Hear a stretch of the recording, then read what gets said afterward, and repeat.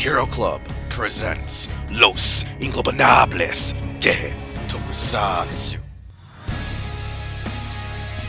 This is Los Ingobernables de Tokusatsu. I am one of your hosts and co-founders, Wheelchair 21, and technically joining me tonight is the one who's pretty much now become, option number 2, the second right-hand man, since Projekt is always dipping and diving on us. It is the Janitor Joker, Green Vape. Yes, I am here. And tonight he is Waspinator. Waspinator is here to talk about the tokens. Get out of here! Get out of here, JDF and your Transformers! No! Waspinator will not be voiced by JD. Yeah, okay, so this is a thing that's not intended to be talked about on our news, but that actually just happened just the other day, because we're recording this super late on our schedule, and that JDF got cast as Emissary, the rename of Cerebros in Fortress Maximus, and that's probably one of the reasons why Mucha is doing the whole thing, because I told him 5 minutes before recording, oh yeah, should we talk about JDF? He was like, fuck that shit. No, I'm here because God didn't decide not to shoot up the joint. Oh yeah, because he was like, nah, you're not allowed to podcast at all. Yeah. Nah. He was like, no, you guys can't podcast, you're too lit, even up here. Like, what? We're that famous? No, I just watch everything that everyone does. No, I got tired of the Cosby jokes. Yo, that's probably the real reason.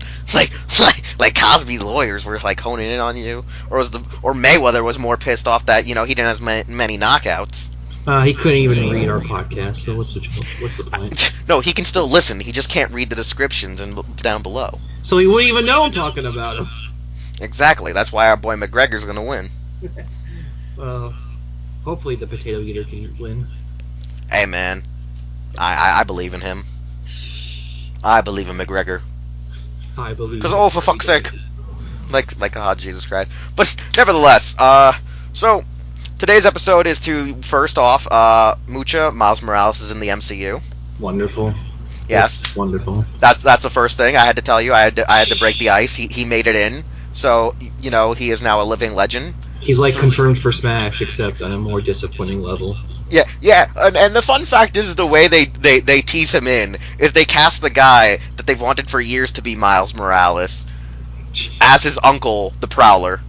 Oh, God. So Donald Glover is the Prowler. Oh, my.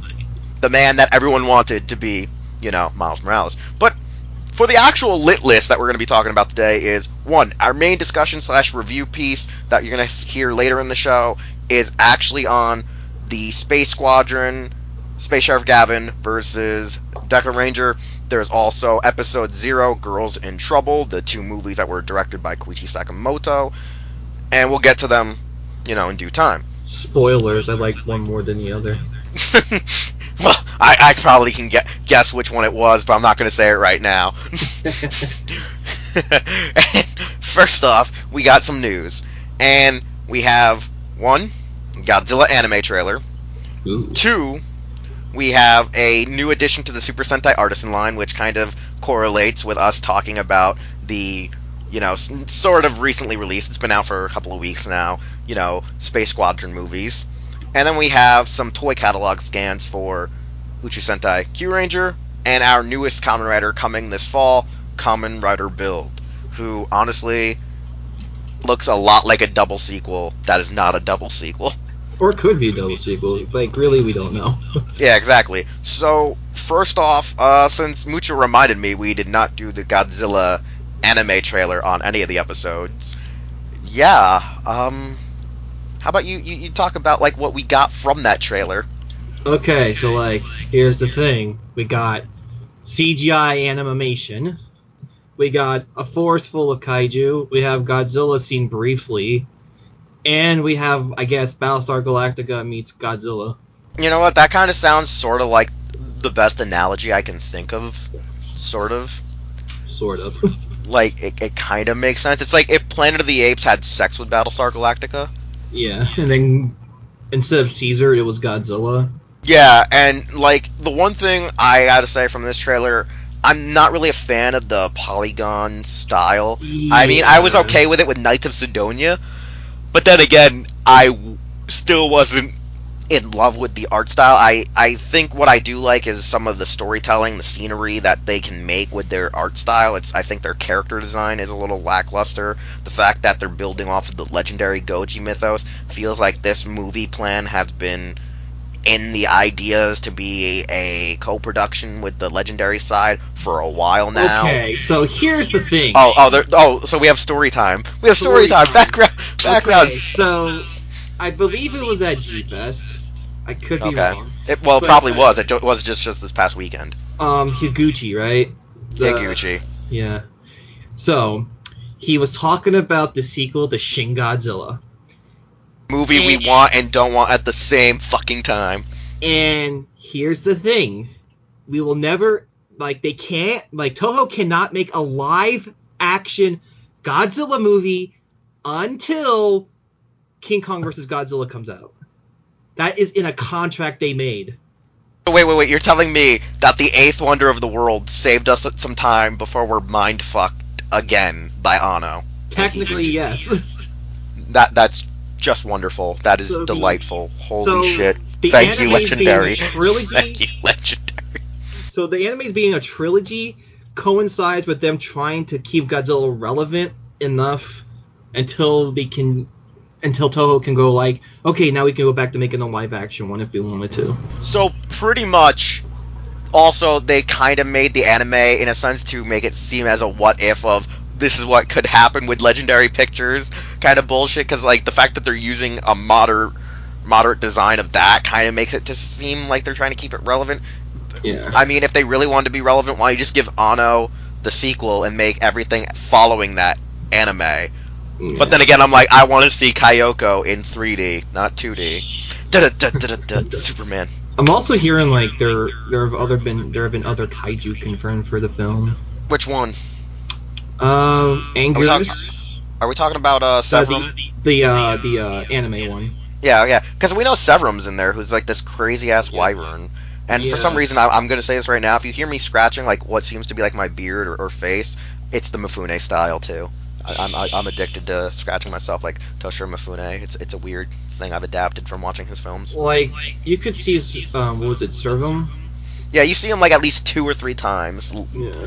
But like the only close-up we ever see of him is when he's on the ground like running through like the trees at them, and they're like, "Take it down!" And apparently, I'm not sure where these sources came from, so take this with like a grain of salt, people. But I'm guessing you got this from J Fusion.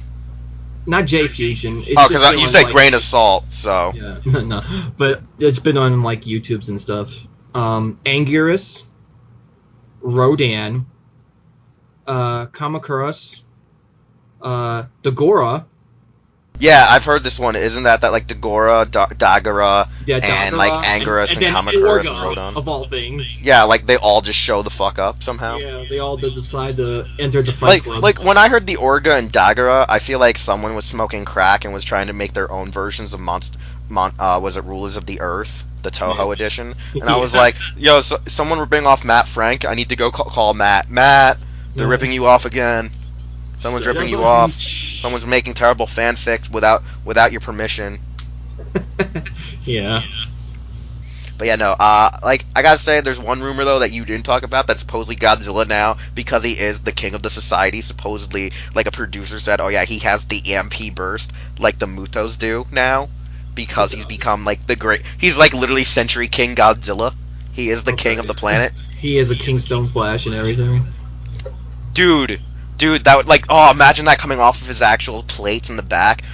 Like he just roars in like the Kingstone Flash, like the Decade version where it's like a shotgun flare just goes out like Gigan's like laser beam vision from Final Wars. Oh man. Like Godzilla shooting off flares. Gondor cross raid. But yeah, no, the trailer itself, I feel like I'm gonna enjoy it. The fact that it's gonna be like a trilogy only kind of, I feel, is a little disconcerting. I mean, it feels like then they're just saying, oh yeah, we have this 4-hour movie that we split into 3 equal parts, and you're gonna have to wait till next year and the following year to see it. Well, movie 1, if it's written by Higuchi, would be the exposition movie. Yeah, like nothing really is gonna happen. Movie 2, a lot of shit's gonna happen, and then movie 3, the first like third or half is gonna be still like closure to the crazy shit, and then there's just gonna be like that calm aftermath. And then somehow Kanzaki rewinds time again. No, what's her face is not writing this script. God damn it. She stays at Toei. She stays at Toei, Kobayashi. She stays. Because I feel like Kobayashi's to blame for that one, isn't she? Who knows, man? Who knows? So yeah, no, I mean like anime wise, I'm pretty excited. I feel like we got something going here. We got some shit. I mean, if that Dekaranger news is actually like real news and not fake news, I might like lose my shit. Like I will be like, oh my god, like they're acknowledging Mothra Leo without using Leo. Meanwhile, Daiei and Gamma are just like, what do we do? What do we do? We got that canceled movie. How about we go back to that? Apparently How about you even, fucking go back to a movie? It was just a proof of concept thing. And then they were like, yeah, we're not going to do this. No. And everyone was like, why the fuck not? It got good reviews for being all CG, even though no one wanted to be all CG. Like its CG was so good, it made Shin Godzilla's CG look bad. Yeah, I wouldn't say that. Well, at least at the very end when they freeze him and he's just wagging around and like wailing around like stupid for no reason. By the way, I seen a clip of the dub, and part of it is kind of comical because since it is Funimation, I did expect them to have most of their voice actors treat it like a dub. So like some of the voices that we know for doing like say Dragon Ball Z or Full Metal Alchemist or some of the other stuff that Funimation's been licensed to, like you hear like a very weird like I guess cartoony kind of sound to their voice, you know what I'm saying? Like the way they pronunciate and animate, and then some of them are more serious when doing it. Like the newscasters sound kind of cartoony. Some of the old guys have like that kind of cartoony, like old man anime voice, and some of the other guys have like them just like talking to each other. So I'm literally expecting like some character to walk in, and I'm just like, hey, that's Kyle Hey Bear while he's eating a sandwich. Another exclusive thing about Shin Godzilla. Oh no. That I'll say about the CGI, since it was brought up, that I also found out because of Higuchi doing interviews, was that, like, they went, like, they originally were going to make the film with entirely practical effects. But then Toho was like, we're going to suggest we're going to go CGI here. And so most of the budget for Shin Godzilla is gone from unused practical effects. So the marketing of Eva versus Godzilla was done as a way for like to keep the film alive through the fans. Pretty much the campaign was really a fake Kickstarter. They just didn't want people to know that it was a Kickstarter to keep the movie funded. Yeah. You know what? So pretty much that explains why there's certain scenes in the movie where like I noticed CG over top of where the practical effects were, and I realized the movie felt faker at times. And like honestly, I feel like if we could do a video podcast where we could take the video of the film and like, you know, do like a John Madden, like you just see me start circling the screen going, and this here is when I realized we were fucking fucked. And right here you can see Brett Favre saw his wide open wide receiver Anguirus right there in the end zone, and he was just like, I'm gonna gunsling it right there, touchdown. But yeah, no, like I feel like that's what like ridiculous is like. I kind of had a bad feeling that a lot of the CG kind of ruined the budget. I feel like that really happened. I don't know why, but I would love to just take it apart and show it. Like the Blu-ray apparently updates the Oh, I wouldn't doubt it because anything Anno does, the Blu-ray edition fix. Yeah, he's like, no, you gotta fix it because there's like a part at the very end where if he's supposed to be moving slower and slower, why was he flailing about like he was like a Pokemon using flail or getting tased by the cops for like, you know, stealing like a sandwich from Subway? From stealing cigarettes. Yeah, like, you know what I'm saying? Like, because there's a part where he's just flailing when he gets crystalline. Yeah. So I mean, yeah, but still, you know, anime Godzilla better than Shin Godzilla maybe. Maybe.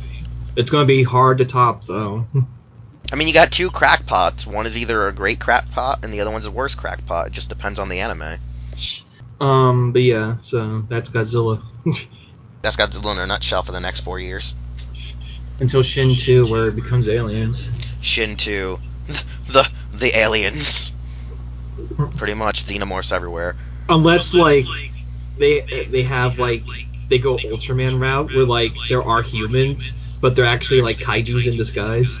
Oh, Jesus Christ, they're Transformers more than meets the Yeah. eyes. Okay, so let's move on, because every time we talk Shin Godzilla, it always goes into like a 20-minute conversation. Oh yeah. Or anything Godzilla related, it always goes into a 20-minute conversation. It's a void, man. Just like that song. And then okay, so speaking of something that kind of, references what's going on in today's episode, PME and Bandai finally announced that we're going to get a master license in the Sentai Artisan line. That is the SP license specifically for Doggy Kruger, Deca Master, and Dekaranger. It'll have 30 different sounds, as well as phrases said by freaking Doggy Kruger, as well as the narrator for the series. There will be additional sticker sheets to put on your actual SP license. It will come with an actual holder. Pre-orders are supposed to open, I think, sometime today in Japan. Orders will close in late September, and it's set to release this December. And it's almost 10,000 yen just for one master license. Honestly, for all the sounds that you get in it and all the stuff they're putting into it, it sort of meets that price due to the fact that a lot of SP license and master license currently go for $60 to $80 even out of box. So getting this one with additional perks put into it kind of is okay. I mean, a lot of people are complaining now because of these ones being announced. Yes, SP license have gone down in prices, but then again, I mean, they're still high in demand in the fan market, in the secondary market, at least in Japan, as well as in some areas in North America, because they're actually better than the American release, which I think just screwed up a few extra sounds when we brought it over, because we had the exact same thing, but we changed the sounds and pitches to certain things that went on, if I recall. We took out a few gimmicks. I see. But I wouldn't know for sure, because I don't have both. I mean, it looks nice, so. Oh yeah, I mean, I would buy it. I love Doggy Kruger, so. I actually want the fire version more because I like red. Oh, Bon. And I like burning things down because we're lit. We're lit. We're on fire. Damn We're right. This podcast's on fire. I'm gonna let you finish, Wheelz, but. I'm gonna let you finish, but this podcast over here is the greatest of all time. Damn you, Kanye! But yeah, anyway, back to the real topic at hand. Yeah, so it looks cool. That looks cool. I want the fire version, even though that's coming out already, and a lot of people don't want to pay that price, and I don't want to pay that price, but I still kind of want it. Yeah. And I mean, the shipping's going to be a pain in the ass. Oh yeah, it's always a pain in the ass. But we should probably move on to, stuff that's going to be even harder to ship, and it's in the freaking current series, because we got to first look at Orion Battler, which is going to be some kind of super starship battle station. The best way I can explain it is, it looks like a giant brick version of Tatagame Layo, just alternated into a new kind of vessel, and kind of try to serve as almost like a King Pyramider aspect, because it has kind of like a carrier Zord mode feature where you can plug in quite a few other, Q-Tamas as well as the Q Voyagers on top of it to make it look like some kind of, auxiliary battle tank. So honestly, we have no real definitive price for this mecha just yet. We just know it's set to release September. It's, like I said, it kind of looks like Tatagame Layo. Parts of it look like they reused Tatagame Layo. And it makes me think this thing is going to be $80 just to ship alone. We also see Orion Shishi Red is actually a really cool suit for, Lucky. I mean, he turns all silver with red, pinstripes. And it looks pretty bitchin'. He gets, extra lions on his body. As well as it gives him, this new Koshi Voyager, which is a small little lion Voyager that will connect to Shishi Voyager to make it the Super Shishi Voyager, and it actually looks really bitchin'. I like the add-ons to make it look more like an actual lion now, where it connects to the undercarriage of it in vehicle mode, and if you put the other Q-Tamas in without connecting them to their Voyagers, it's supposed to give it some Stardust break, kind of almost Jetman, Icarus mode V or whatever, as well as, the Gamma formation for Time Ranger, kind of, Jet Strike Attack, Phoenix Strike Attack. Mm-hmm. So I like that. And then when you turn it into Mecha formation, you get a badass, samurai helmet and a bazooka. bazooka. The bazooka So like stands. I like the Koji Voyager, so I can't wait to get that as a mini plot. But this Orion Battler, like this thing is just one giant King Pyramider line how I want to be. For me, it would always have to be like having to see the suits. The suits really like will determine if we'll enjoy wanting this toy, because I have to like want to enjoy it in action and enjoy it visually. Pretty much, to, it's like really pretty much my even if the commitment. toy is sort of garbage because of the gimmick, you're like okay with it if as long as you enjoy it on screen, kind of like how I am with certain Ultra Zords from back in the day growing up. We're like, oh, Yeah. it kind of does nothing, but because I need it for the thing, and the gimmick itself is what ruins the toy, even though when show it grows knees and full arm articulation and elbow joints and can, mess someone up. Yeah, Yeah. I see where you're coming from. I completely agree with you. I completely agree with that. It makes a whole lot of sense. It makes a whole lot of freaking sense. So yeah, we should probably get to that main event of the news, which is freaking the real deal. Our newest rider, which is like what 18, 19 of the Heisei era, Kamen Rider the Build. Yeah, he's pretty much the fusion of Double and Kamen Rider Drive. Like he looks like he's fused with the Tire Kokon body, but the helmet's of Double. It's just he's like sleek, he's badass, he looks like he's really gonna take it to you. At the same time, drink a lot of liquor and small bottles of sake that have the abilities Our of first bartender vehicles. Kamen Rider. He's Kamen Rider G, but better. He's the best version of you. Like here's the thing: the fact that it fuses animals as well as fuses like I guess organic matter, as you say, with machine, kind of is a badass design. The build driver, as we talked about, was kind of ludicrous at first because we're like. Like I think you said it best. It's a goddamn Jack in the Box.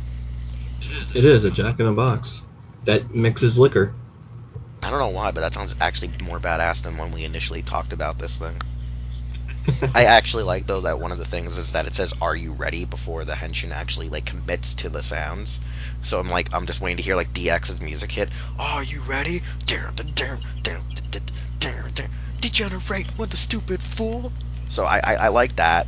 I like the fact that like this series is in a sense using the whole idea that we sort of hate with O's and some of the other series that came after Double of doing, hey, let's put fusions on fusions, but it went back to the aesthetic of there's always two to make the form, and we have it that like he's gonna have all these different halves to him, which actually have a gimmick as well as a weapon kind of aspect that help in a sense him out. Like I feel like they are spreading it pretty thin because I feel like some of these abilities aren't really needed and kind of double up with aspects and attributes of other I guess power-ups, because we have Gorilla Mond, which is the fusion of a diamond and a gorilla. We have Hawk Gatling, which is a hawk and a Gatling gun. Nin Nin comic, which I don't understand what Nin Nin comic is. Like supposed to be ninja. It's a ninja and a comic book. And a comic book. Yeah. So if you look at the suit of a Nin comic, the shoulder for the comic side is a comic book page. Oh, okay. Because I didn't get to see the full suit, and like that's what I was assuming because I just see like the lines that look like the shoulders. Yeah, I could see that now looking closer at some of the angles to it, because like it kind of works better because like ninjas, anime, and manga, so it could actually work. Rocket Panda is actually Project's favorite form because he loves pandas. Like that's I guess his favorite animal. I lost my shit when I saw Panda Rocket. I was just like, yes, we need this. I was completely cool with that, and then when I heard what is it, Kaizoko Resha, I was like Pirate Resha, like Pirate Train. I was like, wait, are we fusing Captain Harlock with Galaxy 999? I was like, this is impossible. No. I was like, no. Impossible. So no, it's the Gokai just combined with Tokyo True. It's alright. Now oh my god, I see what you're talking about. His shoulder pad actually is like a comic strip, like I get it. Oh my god, and he has a pen. Okay, that makes more sense. That makes more sense now. Okay, seeing a close up, that makes a whole lot of stupid sense. Man, I feel like an idiot. Octopus Light is really weird. Like that fusion just. Is it Octopus or yeah, it's Octopus Light. Okay. It's Octopus Light.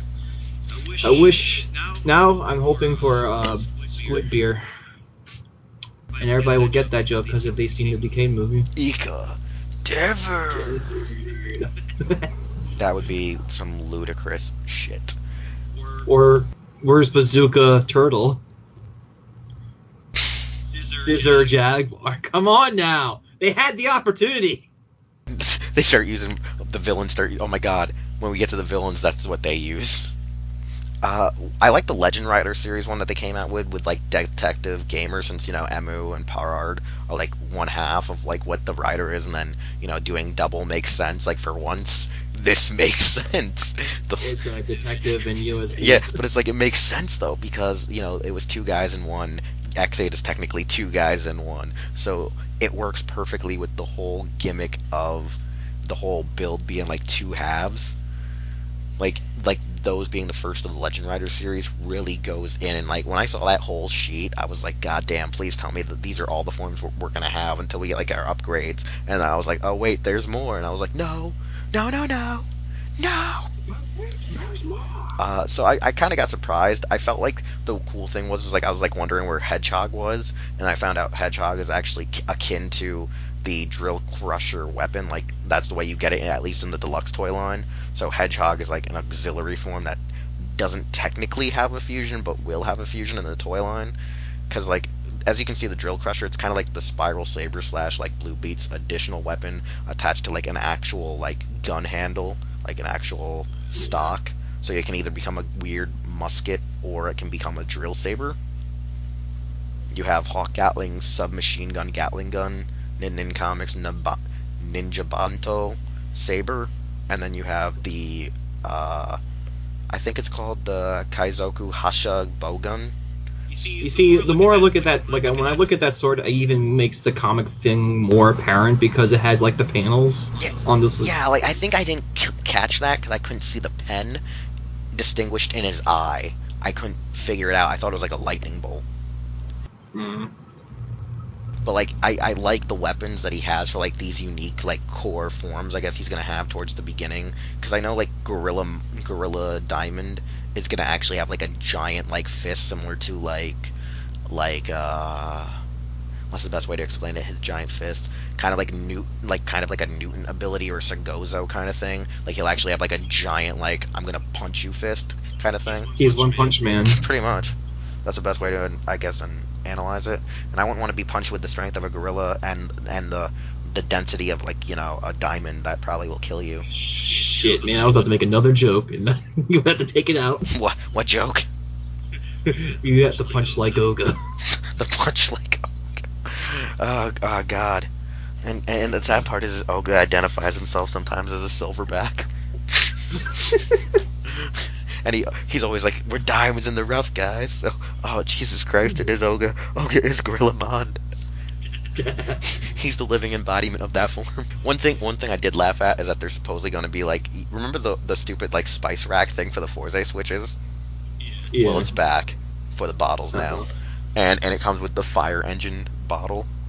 And this is the funny thing I found out, because of the action figure line, it foreshadows that Hedgehog and Fire Engine are supposed to actually be a fusion together, at least in the toy line, as well as a form that we don't see, which is the cleaner one. Like we saw that when you did the covering of the reveal of the news. That cleaner is one of his forms. Well, we found out that cleaner is actually a form with Lion, and Lion comes with the cell phone. So the cell phone actually turns into the motorcycle in the show, so it's kind of like the Lockseed vehicles. So it's going to collapse and unfold the Lion bottle and the cleaner bottle, which comes with the the belt strap slot holder, where like how every gimmick rider has like the thing that hold their gimmick on them when they're henshined. That's going to have cleaner, and that's going to be like its fusion, supposedly by the toy line. And since since the phone can't actually turn into a giant motorcycle for kids to ride on, it's going to be big enough just to put your action figures on. And we already have like 12 or 8 action figures announced, which is like ludicrous. Like look at this. Like look at this. There's at least 8 figures, and the fact that they fuse like the WFC line is going to have so much mix and match ability for kids to play with. Like these would be fun toys if they didn't cost like $25 to $40. Man, is he going to be like Well, I know we're going to have a secondary rider because the images show Kamen Rider Was it Claws or Clothes? We finally found out that it's supposed to be Claws, even though a lot of people still say it's supposed to be Clothes. Okay. But whatever. But they are giving Build a shit ton of forms. Like, yo, dog, we heard you like that two switching gimmick of double, but you also like tire Kokons and multiple forms like with O's, so we're gonna put them all into one thing and make like a double helix, so your action figures fuse like Geed's freaking Henshin device shows, like DNA. Like, wait, what? But yeah, no, I'm just like, what the hell? And then like when we get to freaking Kamen Rider Claws, like a part of like one of like you can use a piece of Claws, which is his full bottle, with Build's like lock full bottle, and that's gonna be like a Golden Week lucky draw kind of like campaign item. So people are gonna be pissed because they need that bottle, and then you fuse it with his other bottle to get this form. But then like, yeah, like that thing looks pretty bitchin'. But like Claws himself is already bitchin' because I thought he was like a motherfucker out of Ryukendo. And then you put the little dragon thing that he has onto a Build driver, then you put your bottle in to Henshin into him, and then he has like this chainsaw hatchet sword. It's like, the hell is this thing? Like, look at that shit just for Claws. He's like crazy, man. His little beak clawser. So I like that his like he has like a dragon that transforms into his belt. Yeah, that's so crazy. Like his dragon is like a driver that goes on top of a driver. I heard you like drivers, so I put a dragon on it. Yo, we need to make that meme now. Yo, dog, I heard you like a driver, so we put a driver on your driver to put your gimmick in. Then there's also the soda can form. Oh yeah, the soda can form, which is Soda Cam Fang Joker, freaking Rabbit Tiger Sparkling. When I saw that, I was like, I just want this can, because to me it's like toku, it's like Kamen Rider Gorma Bomb. Like in my mind, I'm going, this is a Gorma Bomb, but for Kamen Rider to turn him into Fang Joker. His only like his only downfall can be like Sergeant Cannon from Dekaranger. I'll show saying you. Who you calling a weakling? Yeah, dude. Okay, fun fact: when I saw this form, I think someone made the meme immediately as I was thinking it, going, "Oh God, this was like me drinking like those supercharged monsters for the first time." I thought I was like gonna like go turn into lightning. I thought I had the Speed Force in me when I drank like those huge ass like giant versions of Monster. I had to chug one down one time because I was dared like. I think it was like $80 to $120 to chug it. It was like, you know, like one of those ones that's almost like a 2 liter can, which like honestly I don't even know why they made those back then or whatever. Like I'm probably exaggerating the size because I don't remember it, but I just remember chugging that thing and literally I looked like Rabbit Tank. At least I thought I looked like that. then the one that you got pissed off at was the villain Nitro, because it was like everyone was mistranslating it as Night Rogue or Night Rouge, and then it was like Nitro. When I was Rogue. When I was writing the like article, like when the scans first came out, I heard like 10,000 like names for like Kamen Rider Claws and then Night Rogue, and I was just like, I don't know, man. What the hell?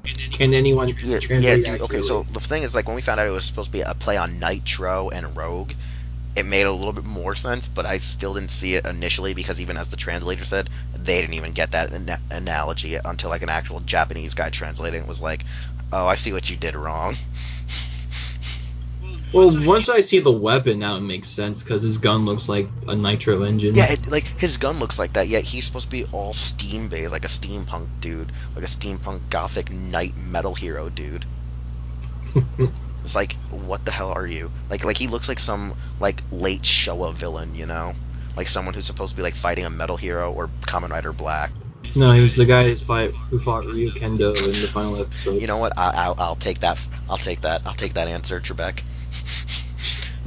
I gotta say, I do like the fact that like his partner or his other form, because it's still up for debate because their weapons combine. Bloodstark, like he looks literally like he's supposed to be like some Kamen Rider that's supposed to be like a fusion between Ryuki and Blade. If they did the fusion dance with Kiva, it's like, hey guys, we're gonna do a 3-way fusion dance. What do we get? We get this. So we decided to have Chalice combined with Kiva and Ryuki just to see what would stick. Yeah, and you got Bloodstark, who looks really gothic and badass. Like, they both look cool. I mean, you got, like, steampunk Batman, and you got, like, Ryu Kendo Kamen Rider. And then we're going to get a spider, probably, because Yeah, we need to have those. because we need to have Cobra, Bat, Spider, and the thing is, like their weapons being what is it, the Steam Blade and the Steam Gun becoming like the Steam Rifle is really awesome because like when you look at it, it kind of loosely reminds me just a little bit of the auxiliary weapons from the other Beat Fighters that connected to the regular handguns they had. Like, it reminds me of, like, when Yanma showed up, and he was like, yo, take my gun and add to yours. And then freaking, what is it, Fire and Lightning were like, here, take ours now, and make a power cannon. And everyone was like, oh, shit, what up? What up, son? So, like, looking at the skins, what are, like, your entire thoughts? Okay, so, here's the thing. For years, I'm saying, like, literally years since Kamen Rider Wizard, because I actually like the initial design of Kamen Rider Wizard. I haven't liked the Kamen Rider design since then. And then Build came out, and I was just like, he's alright. He looks alright in his regular bunny tank form. What can I hate about it? I mean, the colors complement each other. He doesn't look goofy or toyish. He looks like an actual fucking hero, you know? He doesn't look like plastic. He looks like a metal hero. And then we see the actor they cast for him, and we're just gonna be, like, sitting there groaning all day. And they were like, shit, they got this guy. The only problem I can get is that at the moment he has like more than 9 forms already being revealed in the first quarter. There's like a total of 9, yeah, before you even get to like the upgrade form. Yeah. And that's also not counting like Hedgehog Tank. And like not his like when you mix and match, like when if you go off by how they're released in the BCR line, technically there's at least like 8 to 10, because you first have the versions that are sold as the deluxe sets, which we know there's 6 full sets in the deluxe line, and then we know 2 other ones that you make because of the other toys like Hedgehog, Fire Engine, Lion, Cleaner. That gives you 2 additional forms, so we have literally 6, 8, 9. Yeah, there's 9. There's full on like 9, and rumored to be like a 10th before you even get to Sparkling. Yeah, no, there's at least 11 forms for him, and then when you start mixing and matching, it just adds up to even more, you know. Now the only way I can see this actually like working in where that the forms don't feel like they're all just the same essentially is if the whole bottle gimmick actually plays a role in that he has a time limit to using these powers. I would say there should be a there should be a time limit, like if their compatibility works, their time limit isn't like really like noticeable, but if they're not compatible, there should be actually like almost like biology, or not biology, chemistry, where like it'll cause like kind of like an imbalance, like an imbalance or a backlash on the user. Well, I was also thinking because of the bottle, and you know how like when you pour a bottle, it gets emptier and emptier. It's the more that he uses the bottles, the more emptier and emptier it gets until it becomes like empty. So it's like more like a chemistry. So like say if he was using Rabbit the entire time, but then he starts mixing it with another one, it's like, oh shit, I'm running out of fuel on this one. If I do it, it'll cause an imbalance in the engine or some bullshit like that. Like we're going too like scientific into the meta, which we know, you know, typical Toei won't be like, we don't do that. We're not Subaraya. Like I would say that all they really need to say is that he can't keep on using the bottles for as long as he wants. He has like a time limit, and I'll just accept that. I think when it comes to how they execute it will really be a reason on how one should like and enjoy the show. It's more about execution at this point until we see how the stunts are performed, as well as who is your cast and directors. Because that's one thing that Toei is kind of doing wrong now, is they'll make all these forms, but then get directors who are like, well, I don't want to use these suits. Or you'll have writers who are like, well, I don't want to use these ones because they don't speak to me, or they don't speak to my stunt team, so I'm not going to Or put them they're these. too heavy to use. Like example, Kiva. So it's like, I feel like they don't take a lot of time anymore. They just like throw stuff together. So like right now I enjoy it, but there is that curse that people say exists, is that if a good design exists, the series might be bad. And if a bad design exists, or people don't like it initially, it's going to be like their most loved season. So I feel like there's a lot of But that they worked on Kuga and Agito. Yeah, it's kind of fishy, you know?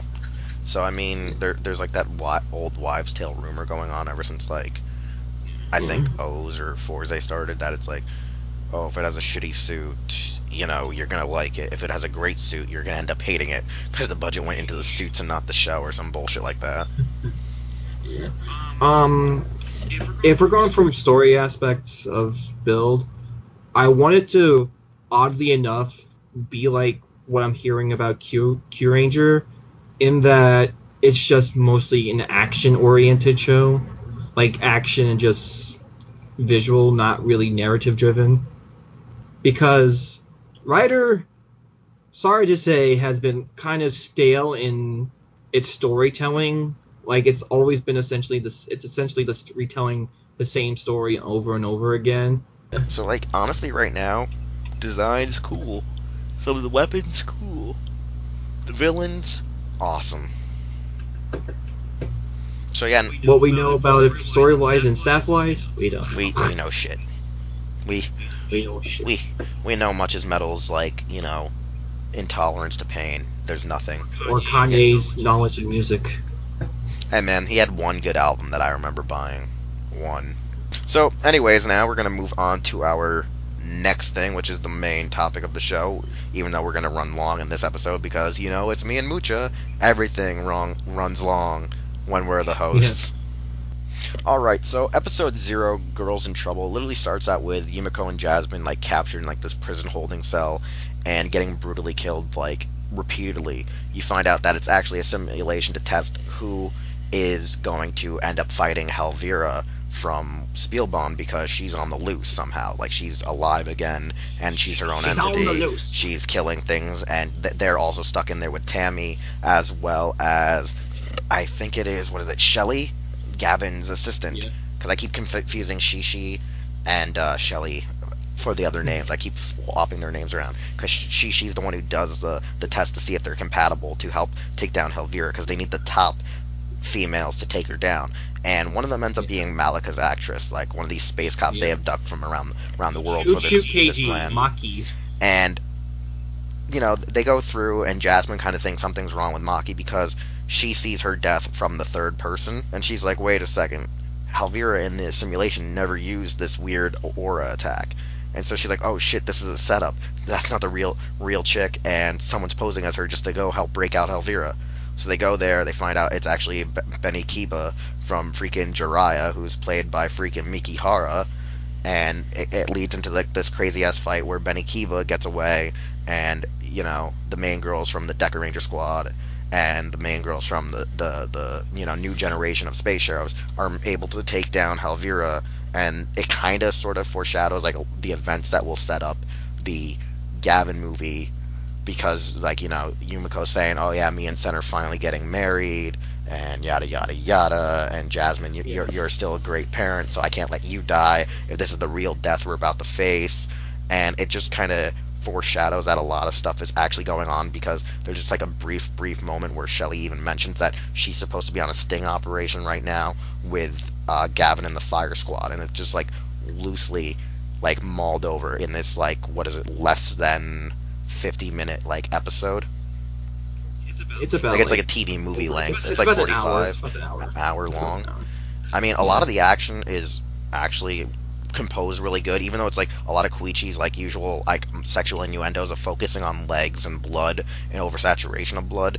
Like, he doesn't do the typical I'm gonna do a lot of slow motion, because since it's closed corner fighting, he treats it like a real action movie, which actually was astonishing that he didn't go all in, you know, Koichi, you know, horn dog, I gotta, you know, show off them thighs and ass and glutes.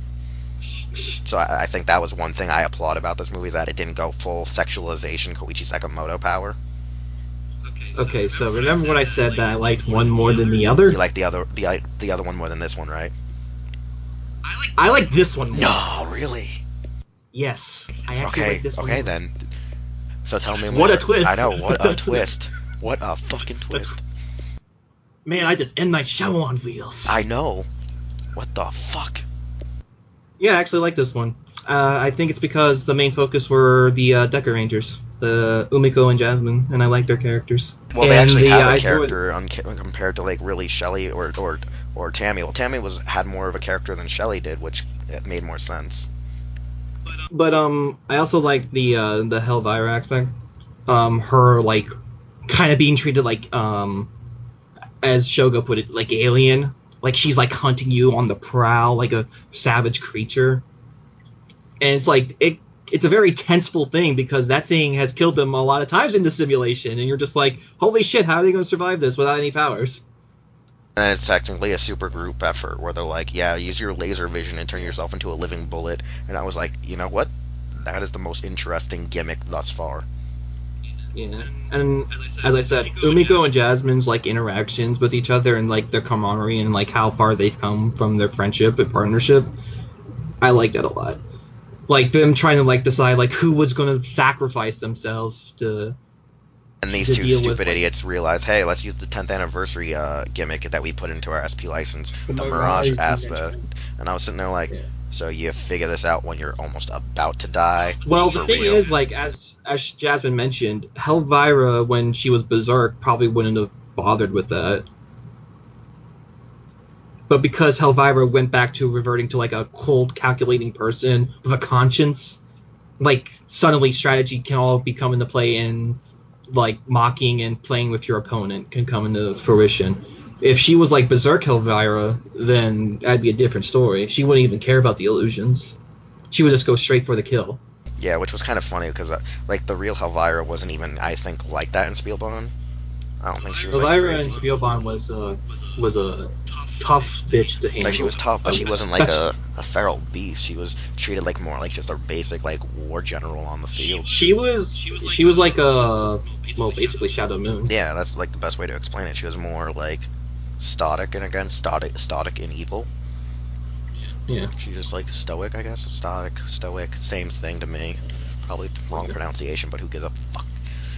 Yeah. But like, yeah, honestly, this film is like I like them both. But like I expected Koichi to really go out with his I'm gonna slow motion and like zoom in on like the thighs, like almost where it's like the backside of the glutes and you're not gonna get to see any ass cheek kind of bullshit with him. But that didn't happen, and I was like, say what? It also helped that I'm a big fan of Spielborn, and seeing like Helvira like be there is just like the greatest joy in my life. For me, I didn't even realize that Benny Kiba was Mikihara the entire time until like I had to go look up on IMDb. I was like, Malika's actress, I love seeing her in action, like the way that she does her stuff. That was kind of that was kind of crazy though. Like when they had her and Tammy, who is a known karate expert in real life. Like since they're both actually like real martial arts experts, fighting with what was it? The suit actor that was portraying Helvira. That shit was like fantastic. It was nice to watch because it's a different feeling when you have people that know like the actual like combat. I mean, like that, this one and only time where like Koichi was like, yeah, I got actual competent fighters to fight as if this was like the Showa era, and you're just like, let them fight like Sarazawa. Let them fight. And like the big execs come in going, hey, we can't do this for our series. Dude, this is an OVA like kind of movie thing. Oh, okay, let him do it as you please. Yeah, but there is one thing I want to point out, and it's in both films, and it's when they praise the what was it, Fumine, the prophet. Oh yeah. They do like that little like they put their one arm above their head and one like above on their chest. Yeah, I kept wondering why were they voguing. And you know what I made? They were doing the Godzilla dance. Oh no. Yeah, they were, man. Remember the Godzilla dance from Invasion Astro? Go to the corner. Go to the corner. I just think I'm expecting this to jump in the air going.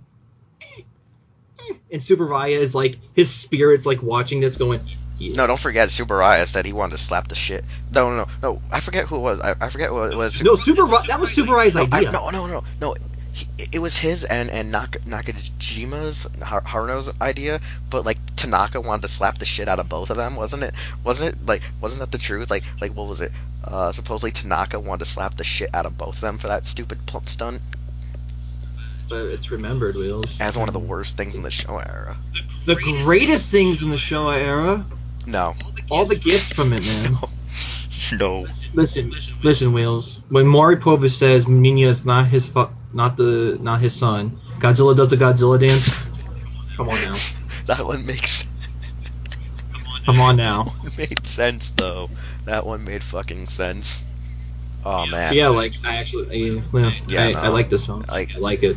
Like, yeah, I feel like it was the action that really drove this one, whereas in the next film, the story was a little bit fragmented because they're trying to lead into, like, a series that's supposed to be a series of like, direct-to-DVDs, but, like, we're pretty sure we're probably not going to get the sequel. Because, like, we might get the Jiraiya one. We might get a Jiraiya one. I feel like we're going to get the Jiraiya one, but I really want because they got Jiraiya's actor back, and they got Kaku Rangers and Hurricane Rangers back. But I really want the B-Fighter one more. I want that one. Of course you do. I want that one. I want that one. I want that one. Because you can't have that one right now. But I want that one. I want that one. But before we even get into like the whole cameo appearance shit that went down, yeah, we should probably talk about this movie. So, because Taka Yuri is now like, a slave to Tsuburaya, she's probably never coming back to play his love interest. So, like, magically enough, Shelly gets her wish of wanting to be, like, the love interest of Gavan because, like, she gets, like, fucked up bad. And it's all because Gavan wasted all of his time fighting Tom Constantine to, like, pay attention to the hitman that was waiting for them. And so, like, she gets beat the fuck up and captured, and he thinks that she's dead because he's a stupid idiot. Because Geki's getting compared to Bon, one of the worst Red Senshi before we got the real worst Red Senshi. Listen, Wheelz, let's not insult Bon by comparing him to whiny Gavan, okay? No, Here's the thing. When Ban was first introduced as a Red Senshi, he was actually like the worst Red Senshi of his time, and then there were others that followed him that were worse, that were incredibly worse. Oh, worseness. Look at Geki Red. Oh, don't leave poor John alone, man. But as I was trying to say though, like they keep trying to use like Geki as like this analogy as like a modern day Bon, and I felt like it was a terrible comparison, even though I've never fully finished watching Dekaranger, but I enjoy it and I know the whole shit that's going on. Like they treat it like they treat him like he's modern day Bon. Stupid, headstrong, rushes into things, and doesn't really know how to solve the crime, even though he knows how to sort of solve the crime. Like that's probably like one of the problems with Bon, like in terms of like how they direct him, because Bon is actually more of a hot-headed guy whose passion drives him to solve the case rather than stupid. He's just like very hard-headed and passionate about solving. I feel like the team that wrote for this treated him like how they see him compared in the modern day, because like when you go back and look at Bon, he feels too much akin, I guess, to them looking back and comparing him to the current Reds, that they are thinking, oh, this is kind of what he was like, so like this is how we'll write Gavan like, and it makes no proper sense because his style is still when Sentai still mattered. No offense, but I feel like they kind of like looked at parallels of Bon and like, oh yeah, he's just like Takaharu, he's just like Lucky, he's just like John, and I'm like, no, he was a little bit more competent, but he was the inkling of where you came to this new level of incompetence. So like the fact that Gavan like was made to be Bon 2.0 butt monkey, and then Bon's like, ha ha ha, I'm like this now super smart serious guy, was kind of really ridiculous because he's not even there in the entire film. He's just orchestrating it to make them friends. He's like, I'm just going to orchestrate it to make Gavan become like this great leader and be friends with all the other guys, which was kind of weird because like you find out like he's trying to save Shelly after he finds out she's still alive. She's not dead. She's being used to revive, what is it, Satan Goth, Goth Satan. Goth Yeah. Satan from freaking Or Satan was Goth. it Just Beyond? Yeah. Yeah, Satan Goth is the main protagonist of main antagonist for Just Beyond. He is the also the father of Mad Gallant, who was, I guess, the rival character for this Yeah, because movie, like even though it wasn't really him. Well, no, like somehow the guy was able to create like a psycho frame system, almost like a Mobile Suit Gundam, to recreate the armor and attach itself to the soul of the dead Mad Gallant. So when he would transform, it was Mad Gallant revived from the dead. And if I recall, they even got the actual voice actor to become the original Mad Gallant to be the voice actor of this Mad. Yeah. It was like a cool homage. Shinichi Haruta. Like it was a cool homage that like, oh yeah, I found a way to bring back his soul, but now we're also trying to revive Goth. And I was like, okay, this is actually a pretty good gimmick. But then it just didn't make sense why, of all people, it just took a bird alien to do it. It was something about like the transformation powers. Like just why her specifically was kind of the thing. Like the movie itself is the story is like it's a little fragmented because it was supposed to be like a setup, like one of those setups that is supposed to go somewhere, but we're pretty sure it's not going to go somewhere because by the end of the movie, like there's just like a lot of throwbacks and homages and actual fighting for Dekamaster. That like we have a lot of great action. Like the thing is, it feels like it does feel like an old school Metal Hero episode where you don't really know what the fucking plot is because they're just doing so many awesome fights that you forget what they're even doing it in the first place for. That's how I see it as. Like it feels like an old Metal Hero episode that's trying to be like a modern day Toku by having a story to lead into like this whole resurrection of the great villains or great secondary generals of Metal Heroes working for some great evil. They have 12 apostles, right? Yeah, so that means Blackbeard has to be one, and like what's his face, Raiga or whatever of Jugo B-Fighter is another. B-Fighter for Kabuto. Yeah, with Mad Gallant being one, and then the ninja being another.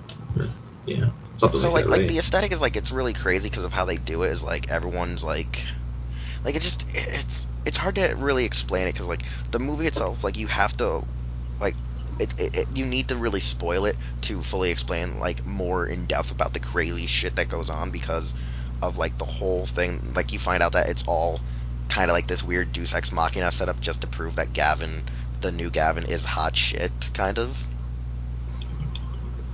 It's a thing that reminded me why I don't like new Gavan. Especially compared to like I guess, yeah. Kenji Oba. Like you look at Geki and then you look at Retsu and you're just kind of like, why can't we just follow Kenji Oba? Because Kenji Oba is old, and if he does too many roundhouse kicks, found a better successor he'll blow out his hips. This is why you don't train a guy in 1 year to be your successor. Like, you have to be living on Planet Bird for like 24 years like he was. Yeah, exactly. So, what we do know so far is that three of the apostles are Helvira, Mad Gallant, and then Benikiba, right? Yeah, and 2 of them are already destroyed. 2 of the 12. 2 of them. And Benikiba was but at one time a good guy. Knowing the powers of religion, of demon space religion, they could be brought back. Yeah. To human. So like that's the thing is like this whole entire story is a cool setup, but without confirmation of the sequels, it's kind of like a giant middle finger. Because at the very end, it's like, oh yeah, this Space Squadron team is like every Metal Hero in existence except like for 3 of them. And like every Space Squadron / space theme, cybernetic theme Sentai as one team, because we have like Dengimon, Gingaman, Mega Ranger, and I was like, holy shit! Like there's like those guys. You have all, like I said, B-Fighter, Kabuto. You have Spielbahn, Just Beyond, Jiraiya, the main space sheriffs. It's so weird seeing Mega Ranger there because they aren't really like a space team. But yeah, all their freaking mechas are space themed. Also Denji man. Why is Denji man? Because they're like the original cybernetic guys, if I recall. But like the thing is, this movie. I didn't even see Spielbahn, and I was frustrated. Like the thing is, this movie isn't bad, but it sets up something that we have no confirmation of getting our sequels to.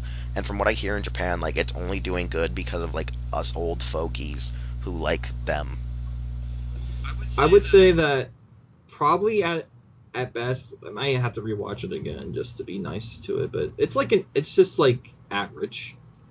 it's like the most average thing I've ever seen in my average life. Like here's the thing, for me, it's everything I want in a toku, in a sense. Like, it has everything, like, of characters I like and enjoy, and it's, like, average, but it's, like, because I need it in my life, it feels so much better, you know what I'm saying? It's one of those ones where, like, you just need that pick-me-up to get that shit done. It's like when you go back and watch a series you like, and you're just like, now I can go fuck up everyone's day, because I feel better about myself. There's one thing I did like about the film is that Mad Gallant beat the shit out of Geki. Geki gets his ass. One of my favorite parts is the part where the main hitman, who actually becomes a member of, like, the organization that they eventually do kill, like the one who turns his hand into a machine was it gun. Kun or whatever? Yeah. My favorite part is the part where he's like, "Oh man, I'm getting too old for this shit." When he puts the wrong when he put the wrong bullet in his hand, he's like, "Damn it!" It's like the wrong clip.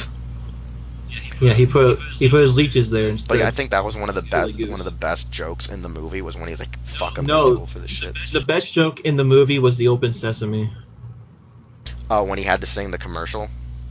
Yeah. When, like, they realized, like, his weird intergalactic diaper child Babies R Us agency is actually, like, it was kind of weird. I didn't get that either. It was kind of stupid, to be honest. It was like a cover. It was a terrible cover too, because, like, they located him so fast. Like, I also brought up in the episode 0 is that the two of the I guess apostles were running companies. Like, Helvira was also running a company as well, doing corrupt stuff. Yeah, like, I feel like even though I've only seen it once, I feel like I need to go back again and watch it, because, like, I feel like there's stuff that, like, it's not that I miss, but there's things that, like, even I can pick up, like, while there's good or average in a sense, like, there's things that you can still enjoy because current toku just doesn't have that bit of standard. Like, for once, Koichi, in a sense, treated them like you're supposed to treat, like, an anniversary, I feel like, or a throwback. Because a lot of people say it was better than the Deca 10 years anniversary episode. Like, a lot of people say, like, this was more respectful to the Dekarangers than the 10 years after was. I wouldn't say that. I like the 10 years after ones. That comes from a lot of the more diehard Dekaranger fans. Like, I feel like the ones that are saying that, though, are the ones that just love, like, Deca Master. Because, like, he didn't do anything in that movie. Well, you know, Doggy Kruger's retired, man. He's like he's old. I also did like the fact that Mad Gallant, you know, put the hands to you know, Deca Master. I was like, oh shit, I thought it was gonna be a standstill. Nope. Who was the villain? Like the mercenary he hired, like Colin was his name or something? Yeah, Koran or something like that. Koran. I do. One thing I did like about his suit was that you could see his eyes. Yeah, that's one thing. That was like a lot of unsettling. You need, like, if you can incorporate your actor's eyes, you have an awesome suit. It's very unsettling. Like when he's like looking at the Dekaranger and he's just kind of like looking at you with like his real human eyes, and you're like, It kind of remind me of Daimajin. Oh god. Like his face. Yeah, you're right. Actually, even down to like the brown on his face too. The jawline is very Daimajin like. Yeah. Like, I feel like I said, I feel like this movie, in a sense, captured what people our age feel is missing from toku, but from people who, in a sense, went and seen a lot of the shows that this is, you know, sourcing material from. It doesn't hit all the marks we do require, but it does it in just enough that it's a you know, a nice sigh of relief compared to, like, if you're down in the dumps, if you either, like, hated, like, you know, the last 3 seasons of, like, Rider or Sentai. This is, like, something that at least gives you a pick-me-up of like, you know, a fresh breath of air with or a fresh twist on an old thing, you know. I guess it's that feeling of, because it was also there in Kyoryuger. It was that feeling of like there was effort put into it, if that makes sense. I'm not saying like they don't put effort into like the there was, other like, show. Emotion. Like there was a passion being put into it. Is that kind of like that feeling you're getting from it? You feel the passion. I think it is. It's not the putting in the work. It's the passion that was missing, and it had that, like the desire to want to make something cool. Yeah, and the fact that they were like, yo, here, we're gonna put like almost every metal hero in this to make you, like, at the very end to say, hey, that's what's gonna happen in the next movie, made me go, oh shit, I want it now. I want it now. I One cool aspect. I watched this movie with one of the Toku Warriors, Kamen Sentai, Mhm. and the movie made him interested in Just Beyond. Okay. Interesting. And that made me happy because I love Just Beyond. That It's show funny is because like great. I've seen it like a while back, but I never actually like watched all because like either poorly subbed or like only raw. So I did I finish. think I think it's getting new subs as we speak. Yeah, so like I'm ready to like go sit down and watch the rest of the Metal Heroes that I haven't Um, finished.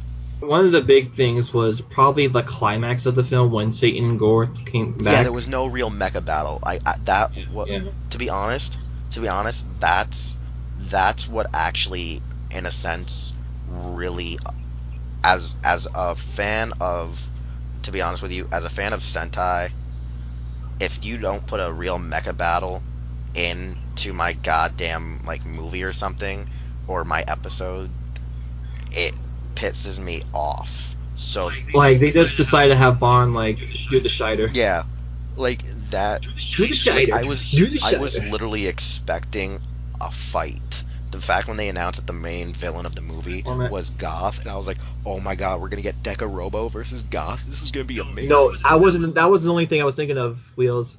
And it's because I talk about this mecha a lot. It's because I enjoyed watching it. Dai Leon from Just Beyond was going to join in the fight. Yeah, that would have been cool. Like, there's a lot of things where like I wish there were a bit more cues. There is another thing that I'm gonna talk about that is like a key aspect to the whole Mad Gallant beating the crap out of Geki thing was like when they kind of shoehorned in the laser blade as the soul of a metal hero, and like I don't remember that being like a thing for Space Chefs. I don't really remember that being a part of the lore.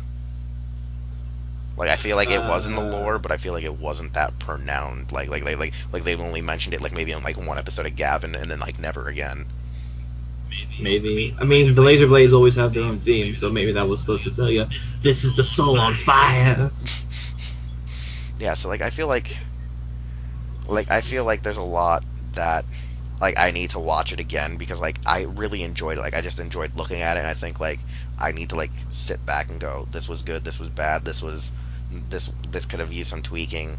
Like and the tweaking all is required only if we get our intended sequels. Like right now, there's nothing impressively like like not impressively but like drastically like out there like red flags going up like, oh, this was terrible, this was bad. It was just like, hey, we want to do some more with this, do you want it? And I'm like, I want it, but Japan kind of is like, we just want to go on with our typical garbage crap. And oh my god, now I'm sounding like everyone else I know that's older than me. Calm down, Bruno. I'm leaving that one in, fuck it. But yeah.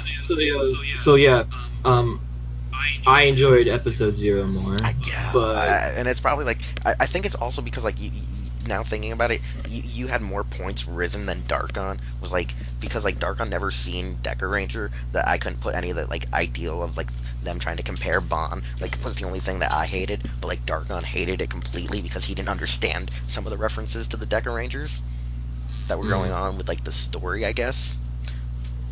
But like you were like, yeah, that's kind of wrong, even though they were trying to make that parallel. I think it just didn't help that I don't care much about Geki. So I don't hate Geki, but I think like the fact that they chose like a brand new actor to be his successor rather than like when they were like, hey, Charavan's is Geki Violet, and Shider is freaking what's his face from Tomoko Rescue Fire and Kamen Rider Birth. Like we have more of a connection to those actors, but then Geki was like brand new, like Joe Schmo off the street. Even though I've seen him in other action movies and dramas, but it's like this was like his first Toku, and I was like, well, you're new to the rodeo. You're new to the show, kid. Yeah, so like I mean, there's nothing really wrong with these movies. It's just like I feel like some people will like the main movie more than they like the episode 0, and others will like episode 0 more than the main movie. Yeah. Because most of the people I know, it's really just like it'll alternate between yeah. people. Yeah, I really do, and I feel like there'll be more of a interest if we, like I keep saying, if we get the fucking sequels. I want my sequels. I want them. I want them now. I think what helped with episode 0 is that more was that it felt like it could stand alone more than the other one. Because it really didn't connect. It just foreshadowed the elements of the movie, of the following. Yeah. Yeah. So overall, I mean, like, go out and watch them. They're still enjoyable. They really are. Episode 0 is basically came for the legs, stayed for actually enjoying it. Came for the legs, stayed for the actual story. and the Dekaranger movie is like, I came here for the craziness, and I stayed here through the craziness. I came for the team up and stayed because the Dekarangers are the only people I liked. Weird. I'm one of those indifferent guys where I have a love-hate with the Dekarangers, where like I prefer them over SPD at times, but then like with SPD I like only like 3 characters in SPD, and then in Dekaranger I'm like I like all of you except like 2 of you. Now, Wheelz, we cannot spoil the most important what the fuck shout out ever. Oh, okay. Near the end of the film. Okay, I'm saying this, and this is how we're gonna like start wrapping up the show. When they did Pain Its Power and Akiba Rangers, I literally said, "Fuck you, you just like." I think my joke was on Metal's show for Ninja Talks. I said just because of that reference, it dropped the score by like 2 points. I was like, yo, I was gonna say that this movie was a 10 out of 10, but no, man. Like you mentioned Akiba Rangers, so you're like a 7.8. It's like, what does this mean now? Does that mean like the Akiba Rangers are beyond the meta? Like their influences in all the shows and all the universes now? I don't know, but it was like really like a fuck you. It really was, because I like the Akiba Rangers season 1, but then what came after and what led with the Sentai figure arts, I'm like, I fucking hate you and I wish you guys never existed. Oh, leave them alone. They were good people that died in the sun. So yeah, no, I mean, not. Also, shout out to Hito Pon for being the director. Wait, what? Yeah, the Hito Pon from the Double movie. She's the director. Director of what? In the Space Squad movie. She's the director. That woman. That's Boston Geki. Oh. And the one that was trapped inside the building. Wait, Yeah. that was actually the Heat? Yeah, it was the Hito Pon. She got ugly. That really was Heat? No. Yeah. No.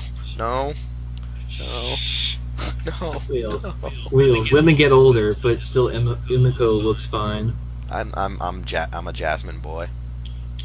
I don't know. Recently, I've just been on Team Umiko since, in terms of attraction. I've always been a Jasmine because, you know, she voiced one of my favorite characters in Yu-Gi-Oh!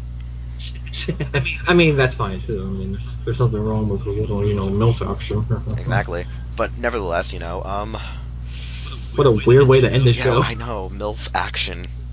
That's like me and my fascination with Marissa Tomei. Like, oh man, that's like guilt action now.